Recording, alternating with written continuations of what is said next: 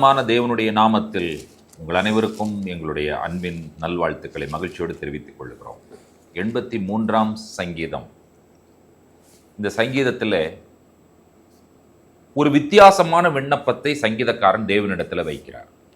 அந்த விண்ணப்பம் என்ன என்பதை 1வது வசனத்தில் வாசிக்க கேட்போம். தேவனே மௌனமாயிராதேயும், பேசாமல் இராதேயும், தேவனே சும்மாயிராதேயும். 3 வார்த்தைகளை வைக்கிறார். மௌனமாயிராதேயும், பேசாமல் இராதேயும், சும்மா இராதேயும். இந்த 3 விஷயங்களையும் வைத்துவிட்டு ஏன் தேவன் மௌனமாக இருக்கக்கூடாது, பேசாமல் இருக்கக்கூடாது, சும்மா இருக்கக்கூடாது, இல்லாவிட்டால் ஏன் தேவன் பேசணும், ஏன் தேவன் கிரியை செய்ய வேண்டும், அதற்கு காரணங்களை சொல்லும் பொழுது அவர் சொல்லுகிறார், பாருங்கள், உம்முடைய சத்துருக்கள் கொந்தளிக்கிறார்கள், உம்முடைய பகைஞர் எல்லாரும் தலையெடுக்கிறார்கள். ஆகையினால் நீங்கள் என்ன செய்யக்கூடாது? பேசாமல் இருக்கக்கூடாது, சும்மா இருக்கக்கூடாது, மௌனமாக இருக்கக்கூடாது. தொடர்ந்து அடுத்த வசனங்களை நீங்கள் பார்ப்பீர்கள் என்று சொன்னால், உம்முடைய ஜனத்திற்கு விரோதமாக இவர்கள் உபாய தந்திரங்களை யோசிக்கிறார்கள், உமது மறைவில் இருக்கிறவர்களுக்கு விரோதமாக ஆலோசனை பண்ணுகிறார்கள். ஆகையினால் அவர் என்ன சொல்லுகிறார்? ஆண்டவரே, சும்மா இருக்காதீங்க, மௌனமா இருக்காதீங்க, பேசாமல் இருக்காதீங்க என்று சொல்லுகிறார். இப்போ காரணம் என்னவென்று சொல்லி கேட்டால், தேவனுடைய பிள்ளைகளுக்கு விரோதமாக விரோதிகள் ஆலோசனை செய்து கொண்டிருக்கிறார்கள், அவர்களை அழித்து விட வேண்டும் என்று சொல்லி நினைக்கிறார்கள். அவர்களுடைய ஆலோசனையினுடைய காரியத்தை, சாராம்சத்தை சுருக்கமாக சங்கீதக்காரன் சொல்லுகிறார். அவர்கள் என்ன செய்கிறார்களாம்? இந்த இஸ்ரவேல் மக்கள் ஒரு ஜாதியாய் இராமல் இனிமேல் அவர்களுடைய பேர் நினைக்கப்படாமல் இருப்பதற்காக அவர்களை அதம் பண்ணுவோம் வாருங்கள் என்கிறதான ஒரு தீர்மானத்தை, ஆலோசனை அவர்கள் செய்திருக்கிறார்கள். ஆகையினால தேவனே, நீங்க மௌனமா இருக்கக்கூடாது, நீங்க பேசாமல் இருக்கக்கூடாது, நீங்கள் சும்மா இருக்கக்கூடாது, நீங்கள் கிரியை செய்ய வேண்டும். அடுத்தபடியாக யாரெல்லாம் இந்த ஆலோசனையில் ஈடுபடுகிறார்கள் என்று சொல்லி ஒரு பட்டியலை கொடுக்கும் பொழுது அவர் ஒரு அழகான பட்டியலை கொடுக்கிறார்.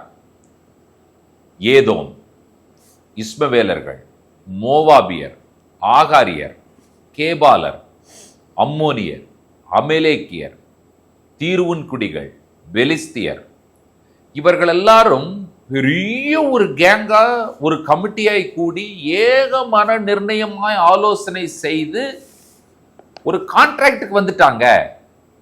7வது வசனத்தில் என்ன சொல்லப்பட்டிருக்கிறது? ஏக மன நிர்ணயமாய் ஆலோசனை செய்து உமக்கு விரோதமாய் ஒப்பந்தம் பண்ணி கொண்டிருக்கிறார்கள். பாத்தீங்களா?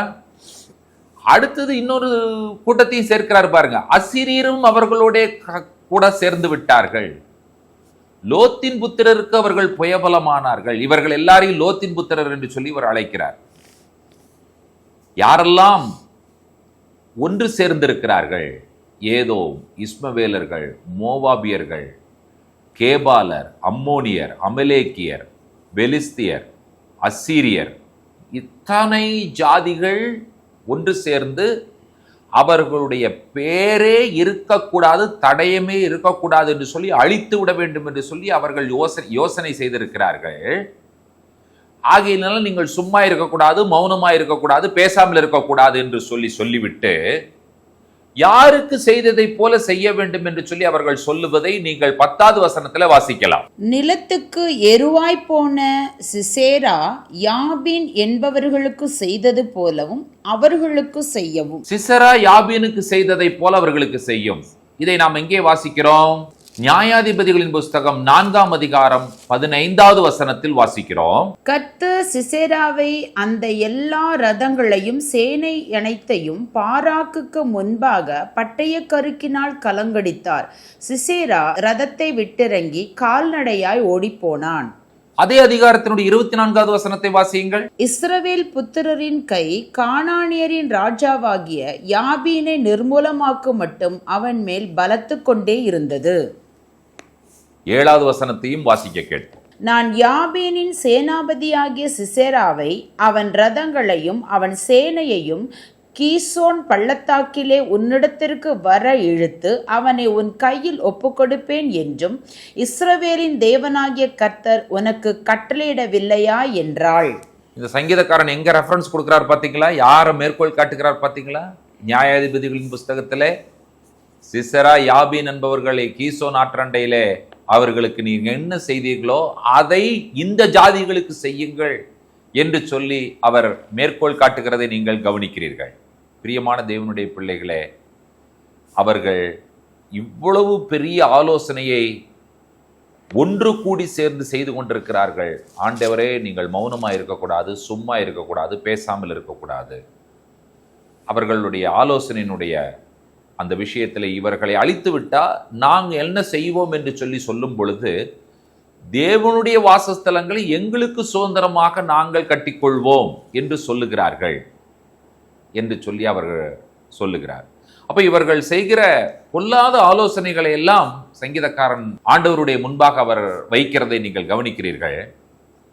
அப்போ அந்த சங்கீதத்தினுடைய தொடர்ந்து இருக்கிற வசனங்களை நீங்கள் வாசிப்பீர்கள் என்று சொன்னால் அவர்களை என்ன செய்ய வேண்டும் என்று சொல்லுகிற விஷயத்தையும் சங்கீதக்காரன் சொல்லிவிடுகிறார். நீங்கள் சும்மா இருக்கக்கூடாது, நீங்கள் என்ன செய்ய வேண்டும், நீங்கள் பேசாமல் இருக்கக்கூடாது, நீங்கள் எப்படி கிரியை செய்ய வேண்டும், நீங்கள் மௌனமாக இருக்கக்கூடாது, யாருக்கெல்லாம் நீங்கள் என்ன செய்தீர்களோ அவைகளை இவர்களுக்கும் செய்யுங்கள் என்று சொல்லுகிற விஷயத்தை மேற்கோள் காட்டி சொல்லுகிறதை நீங்கள் வாசிக்கிறீர்கள். கடைசியில அவர் ஒரு விஷயத்தை மிக தெளிவாக அவர் சொல்லி முடிக்கிறார். யெகோவா என்னும் நாமத்தை உடைய தேவரீர் ஒருவரே பூமி அனைத்தின் மேலும் உன்னதமானவர் என்று எல்லா மனுஷரும் உணர வேண்டும். அதற்காக நீங்கள் கிரியை செய்யுங்கள். நம்முடைய வாழ்க்கையில கர்த்தர் கிரியை செய்வது எதற்காக என்று சொன்னால், நாம் ஆராதிக்கிற தேவன் உண்மையுள்ளவர் என்பதை நிரூபிப்பதற்காக ஆண்டவர் கிரியை செய்ய வேண்டும் என்று சொல்லித்தான் நீங்கள் ஆண்டவரிடத்தில் ஜெபிக்க வேண்டும். நாம் ஆராதிக்கும் தேவன் உண்மையுள்ளவர் ஆகையினால ஆண்டவர் நம்முடைய வாழ்க்கையில செய்கிற கிரியைகள் மற்ற மக்களுக்கு அது சாட்சியாக அமைந்துவிடும். நாம் ஆராதிக்கும் பொழுது நாம் ஆராதிக்கிற தேவன் நம்மை ஒருபோதும் வெட்கப்படுத்த விட மாட்டார். அவர்கள் அவரை நோக்கி பார்த்து பிரகாசம் அடைந்தார்கள், அவர்கள் முகங்கள் வெட்கப்படவில்லை. இப்படிப்பட்ட ஒரு சூழ்நிலையில் இருக்கும் பொழுது நீங்களும் நானும் இதே ஜெபத்தை ஏன் ஏறெடுக்கக்கூடாது? ஆண்டவரே, மௌனமாயிராதேயும், சும்மா இராதேயும், பேசாமல் இராதேயும். அதற்கு காரணங்களையும் சொல்லுங்கள். எப்படி உண்மையுள்ளவர்களுக்கு விரோதமாக, நீதியாய், நேர்மையாய், நியாயமாய் நடப்பவர்களுக்கு விரோதமாக சத்ருவானவன் எப்படியெல்லாம் போராடி கொண்டிருக்கிறான். ஆகினால சத்ருவின் கிரியைகளை அழிப்பதற்கு இறங்கி வாரும் ஆண்டவரே, கிரியை செய்யும் ஆண்டவரே என்று சொல்லி கேளுங்கள்.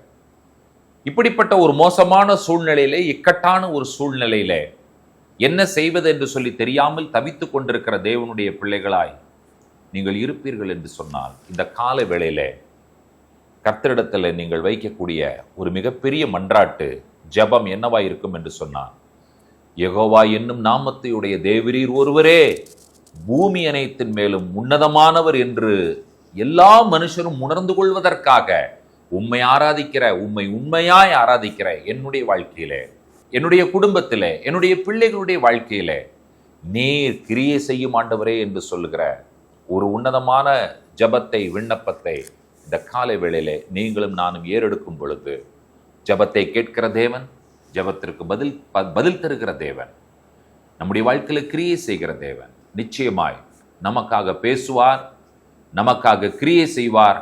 அவர் அமைதியாய் இருக்க மாட்டார். எத்தனை பேர் நம்புகிறீர்கள்? எத்தனை பேர் தேவனிடத்தில் விசுவாசம் வைக்கிறீர்கள்? நிச்சயமாய் ஆண்டவர் இதை எங்களுடைய வாழ்க்கையில செய்வார் என்று சொல்லி நம்பிக்கை இருக்கிற அனைவரும் நாம் சேர்ந்து ஆண்டவரிடத்தில் ஜெபிக்கலாம். ஜெபிப்போம். கிருபையுள்ள பிதாவே, இந்த ஆசீர்வதிக்கப்பட்டதான அற்புதமான காலை பொழுதிலே ஜீவனுள்ள தேவனாகிய உம்முடைய சமூகத்தில் வந்து நாங்கள் கையெடுத்து நாங்கள் உம்மிடத்தில் வைக்கிற மன்றாட்டு, யெகோவா தேவன் ஒருவரே பூமி அனைத்தின் மேலும் தேவனாய் இருக்கிறீர் என்பதை மனிதர்கள் அனைவரும் உணர்ந்து கொள்வதற்கு இந்த ஜெபத்தில் இணைந்திருக்கிற ஒவ்வொருவருடைய வாழ்க்கையிலும் நீர் அற்புதங்களை செய்யும், அடையாளங்களை செய்யும், கிரியைகளை நடப்பையும், இவர்களுடைய வாழ்க்கையில நீர் இருக்கிறீர் என்பதை மக்கள் உணர்ந்து கொள்வதற்கு, இவர்களுடைய வாழ்க்கையினுடைய எல்லா தேவைகளையும் சந்தித்து இவர்களோடு கூடவே இருந்து வழிநடத்தும்படியாய் நாங்கள் ஒப்புக் கொடுத்து ஜெபிக்கிறோம். எங்கள் தேவன் வாக்கு தத்தம் செய்த கர்த்தர், வாக்கு மாறாதவர். ஆண்டவரே, நீர் எங்களுக்காக நீர் சிலுவையில வெற்றி சேர்ந்திருக்கிறீர், எங்களுக்கு வெற்றியும் ஜெயத்தையும் நீர் கொடுத்திருக்கிறீர். உம்முடைய நாமத்தில் நாங்கள் கொடியேற்றுகிறோம். உம்முடைய நாமத்தில் வெற்றியும் ஜெயத்தையும் சுதந்திரித்துக் கொள்கிறோம். எல்லாவற்றையும் உம்முடைய திருக்கரங்களில் தாழ்த்தி சமர்ப்பிக்கிறோம். துதி கனம் மகிமை உமக்கே ஏறெடுக்கிறோம். இயேசு கிறிஸ்துவின் வல்லமையுள்ள நாமத்தில் வேண்டுகிறோம் பிதாவே. ஆமேன், ஆமேன். நம்முடைய கர்த்தராகிய இயேசு கிறிஸ்துவின் கிருபையும் பிதாவாகி தேவனுடைய அன்பும் பரிசுத்த தேவாவியானோருடைய அந்யுன்ய ஐக்கியமும் சிநேகமும் நம்முடையோடும் கூட கர்த்தருடைய வருகை பிரயுத்தம் நீடித்து நிலைத்திருப்பதாக. ஆமேன், ஆமேன். தேவ சமாதானம் பெருகுவதாக. ஷலோம்.